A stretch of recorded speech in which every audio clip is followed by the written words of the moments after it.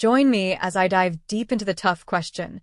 Can trust really survive after infidelity? Let's see if I can find some answers. Trust is the foundation of any healthy relationship. It's the glue that holds two people together, allowing them to feel secure and comfortable with each other. But when infidelity enters the picture, that trust can be severely damaged.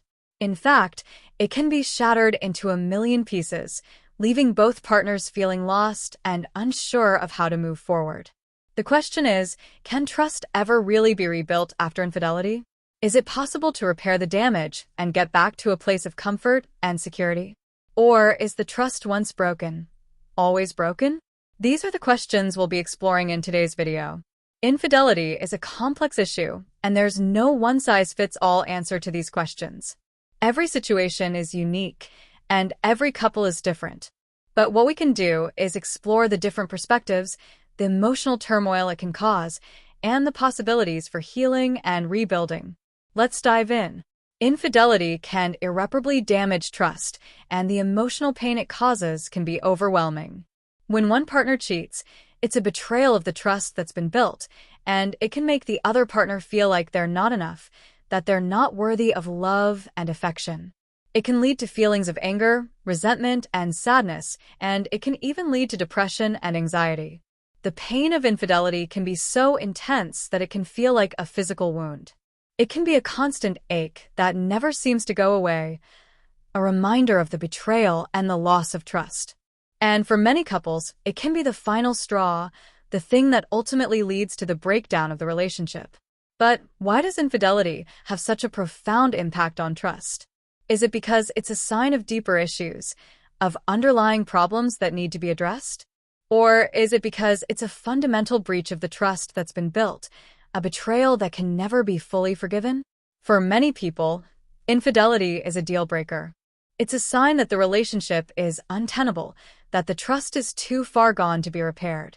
And for some, it's a sign of a deeper issue, of a lack of respect or a lack of communication. But what about those who want to stay in the relationship, who want to work through the pain and the anger to rebuild the trust? Is it possible to rebuild trust after infidelity? Or is it just a myth, a false hope that things can go back to the way they were? And what does it even mean to rebuild trust? Is it about forgiveness? Or is it about creating a new foundation, a new basis for the relationship? One of the biggest challenges of rebuilding trust is that it requires a fundamental shift in the way the couple communicates. It requires a new level of honesty, of transparency, and of vulnerability. It requires both partners to be willing to confront the pain and the anger, to be willing to work through the issues that led to the infidelity in the first place. But it's not just about communication. Rebuilding trust also requires a deep level of self-reflection, of introspection.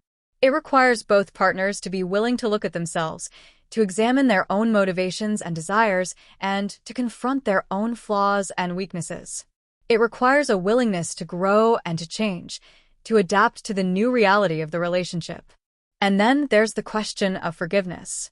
Is forgiveness even possible after infidelity?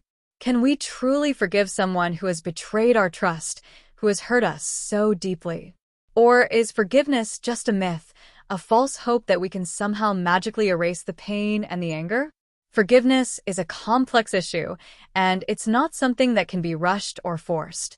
It's a process that takes time, patience, and effort. It requires a willingness to confront the pain and the anger, to work through the emotions and the feelings. And even then, forgiveness is no guarantee. But what it can offer is a sense of release, a sense of freedom from the burden of resentment and anger. As we explore the issue of trust and infidelity, it's clear that there's no one-size-fits-all answer. Every situation is unique, every couple is different, and every individual has their own experiences and perspectives. But what we can say is that rebuilding trust is possible, but it requires effort, patience, and a willingness to grow and to change. Rebuilding trust is not about going back to the way things were. It's about creating a new foundation, a new basis for the relationship. It's about recognizing that the infidelity was a symptom of deeper issues and working to address those issues in a fundamental way. It's about creating a new level of communication, of honesty, and of vulnerability. The journey of rebuilding trust is not easy, but it is possible. It requires a deep level of commitment, of patience, and of effort. But what it can offer is a deeper, more meaningful relationship, one that's built on a foundation of honesty, of transparency, and of vulnerability. So, what do you think? Can trust really survive after infidelity? Is it possible to rebuild trust?